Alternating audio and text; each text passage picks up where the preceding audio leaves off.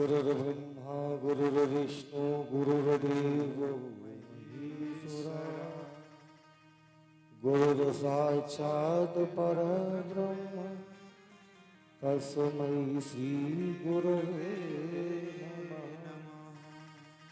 अखण्डमण्डलाकारं व्याप्तं येन चराचरं तत्पदं दर्शितं येन तस्मै श्री गुरवे नमः। या देवी सर्वभूतेषु विद्यारूपेण संस्थिता नमः तस्यै नमः तस्यै नमो नमः। त्र्यंबकं यजामहे सुगन्धिं पुष्टिवर्धनम् उर्वारुकमिव बन्धनान् मृत्युर्मुक्षीयमामृतात्। राधा मेरी श्यामिनी मैं राधे दास जन्म जन्म मोहि दीजियो श्री वृंदावन कुंवास बरसाने की राधिका नंदगाम की श्याम इनके चरणन में करो न कोटि कोटि प्रणाम। जब भी मोयो जन्म मिले रहूं तुम्हारो दास जन्म जन्म मोहि दीजियो अपने चरणों में वास। नारायणं नमस्कृत्यं नरं चैव नरोत्तमं देवीं सरस्वतीं व्यासं ततो जयमुदीरयेत्।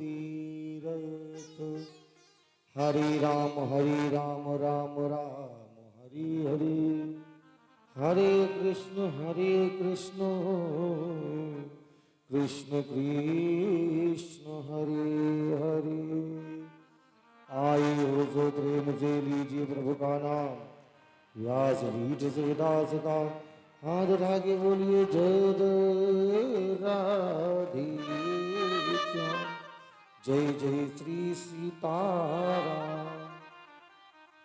आइए उपस्थित बंधु बांधव पधारा हुआ भक्तवंद समाज और पधारी हुई समस्त भगवत प्रेमी जन, आज भागवत जी का सप्तम दिवस है और आज भागवत जी विश्राम दिशा लेगी।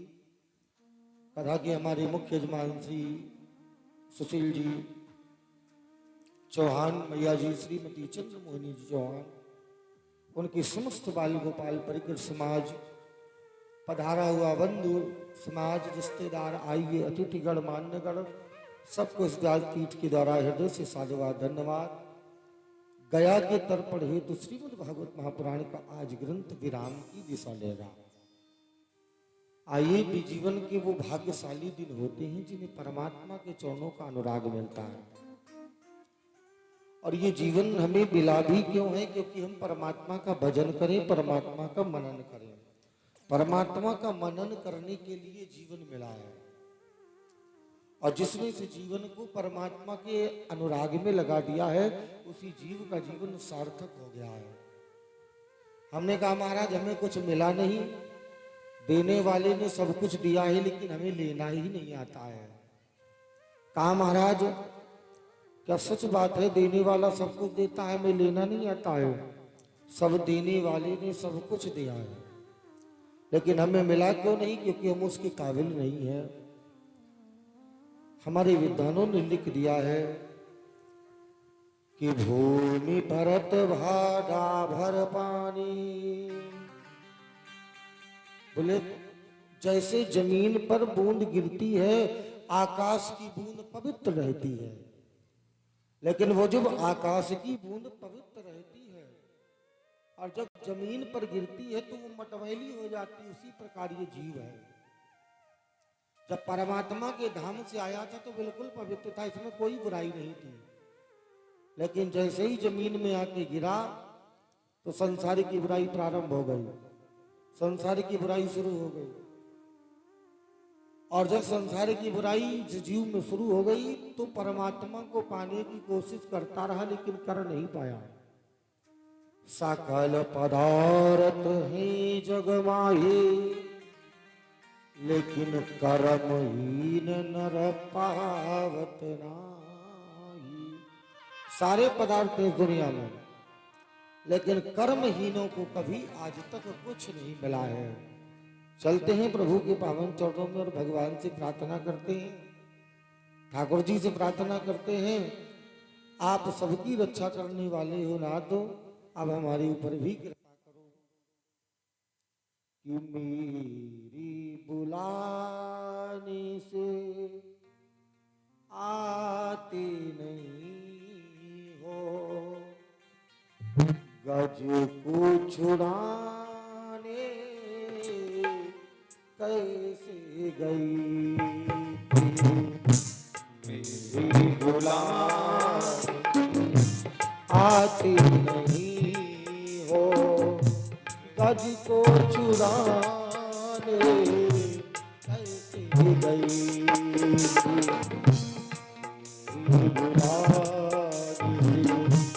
आती नहीं हो, मेरी दुलारी से आती नहीं हो, गज को छुड़ाने कैसे गई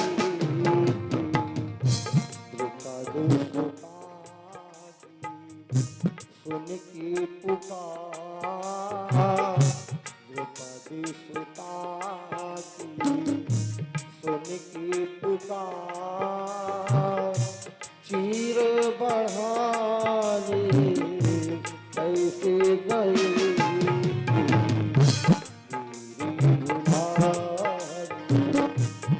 आती नहीं हो, गज को चुराने कैसे गई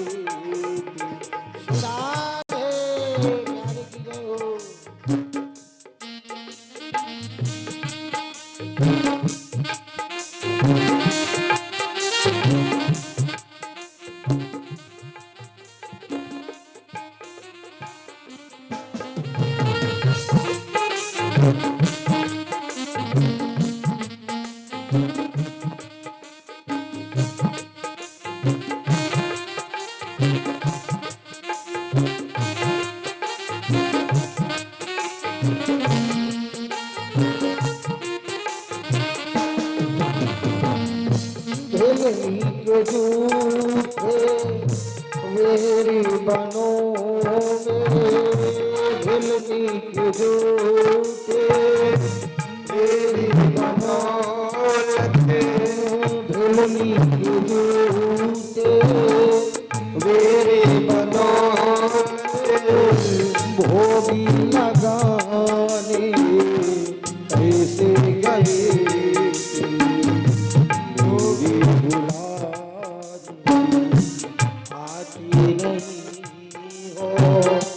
गज को चुराने रामा कैसे गई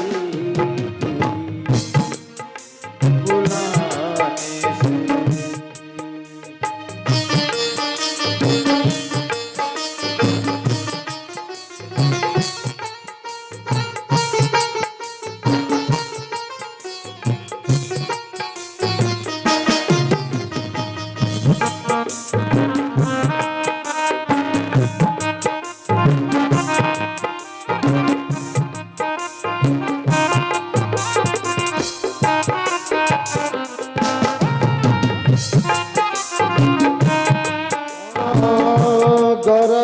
गरजी करी मेघावरी से गरज गरज कभी ले भावरे से ओ गरज गरज कर मेघावरी से गरज गरज कभी मेघावरी से ओ गिरी को उठाने कैसे गए गिरी को उठाने कैसे गई थी।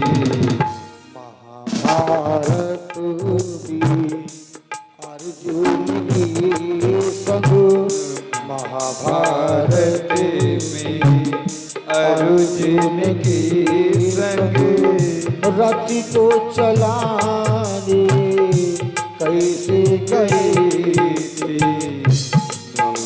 दुलारी आती नहीं हो, गज को छुड़ाने कैसे गए चुराए गए हो गारोगी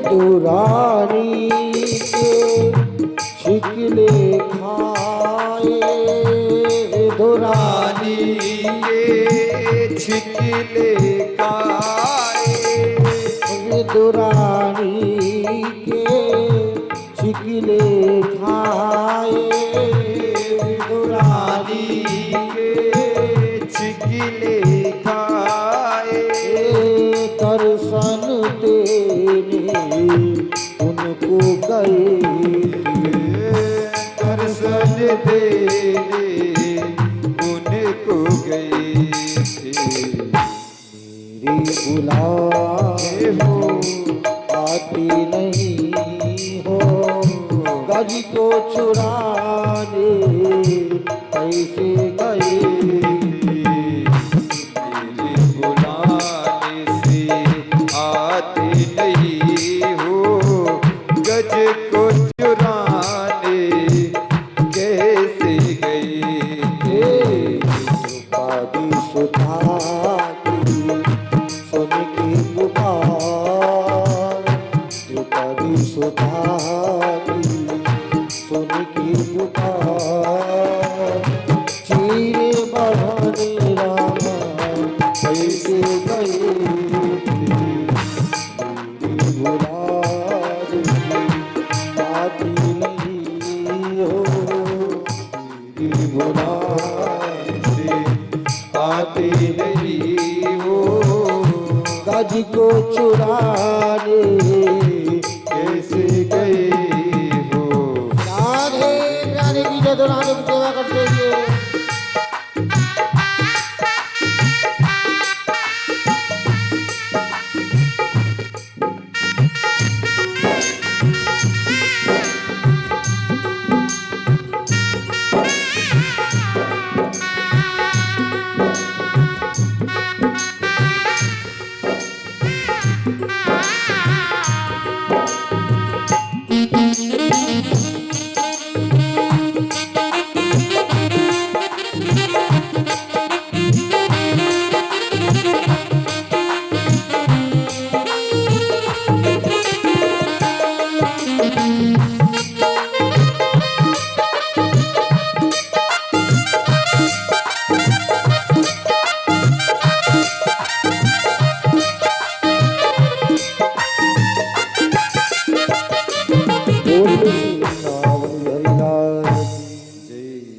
बोलिए भक्तवत्सल भगवान की जय जय श्री राधे।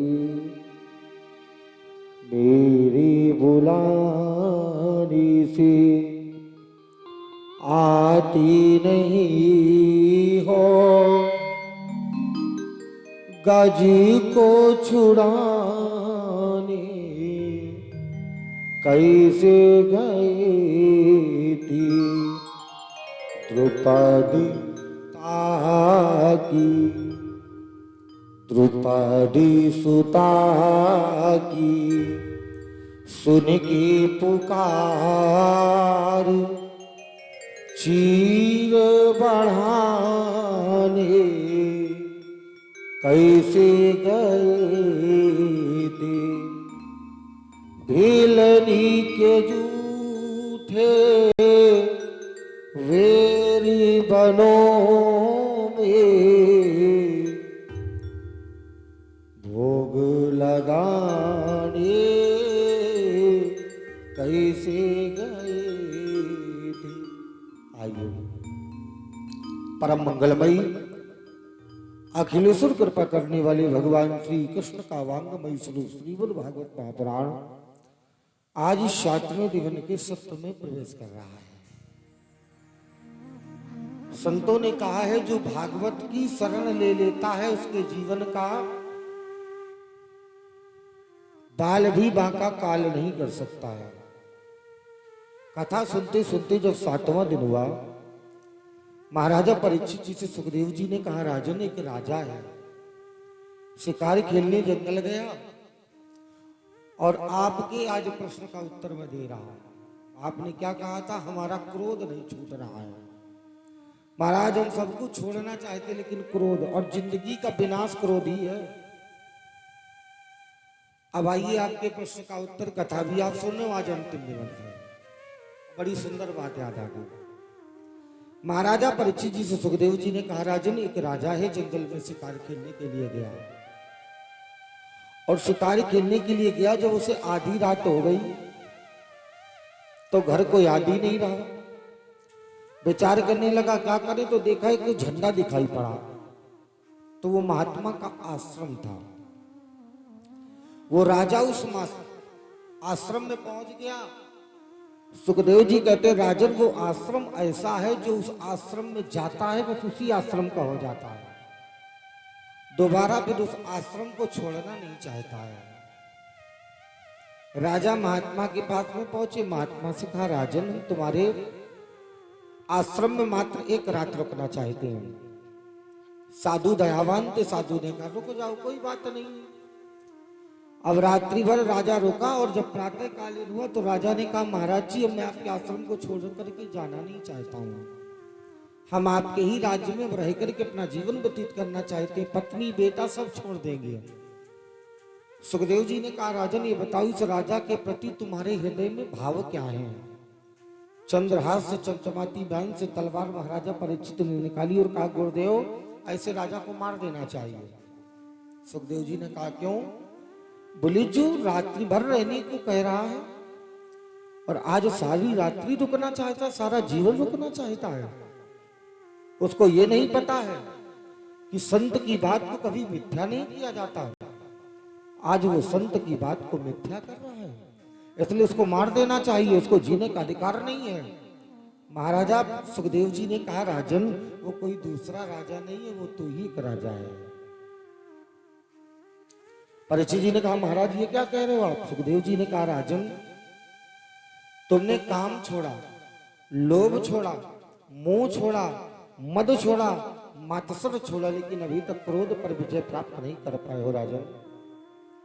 तुम्हारे जीवन में अगर ये क्रोध ना आता तो शायद तुम्हें श्राप न मिलता, और आज फिर भी कथा में बैठे हो लेकिन तुम्हारे जीवन में भी क्रोध भरा हुआ है। किसी ने कहा महाराज कोई हमारे ऊपर क्रोध करे, क्या क्रोध का फल क्रोध ही होता है? आपको कोई गाली दे और आप भी उसे गाली देने लग जाओ तो उसमें आप में अंतर क्या बचा? बराबर तो होगा, जैसे वो है तैसे आप होगा।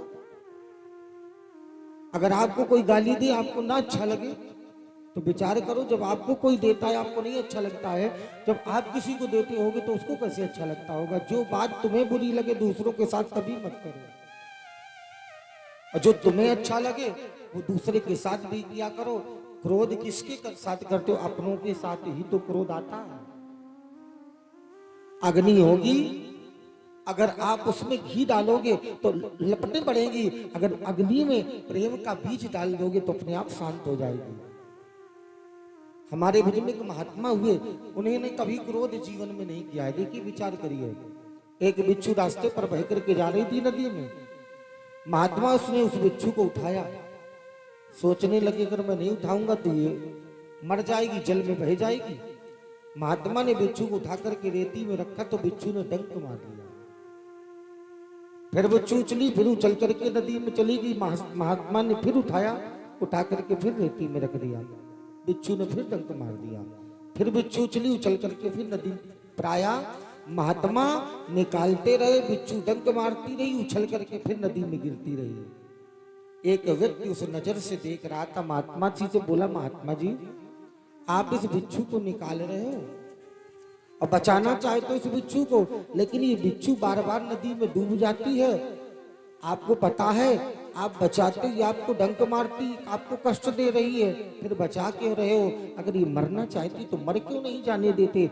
संत ने कहा, अरे पागल व्यक्ति, तुझे पता नहीं है ये अगर पशु होकर के अपने स्वभाव को नहीं बदल सकती है डंक मारना, तो मैं महात्मा होकर के अपने प्रभाव को कैसे बदल सकता हूं इसको बचाना।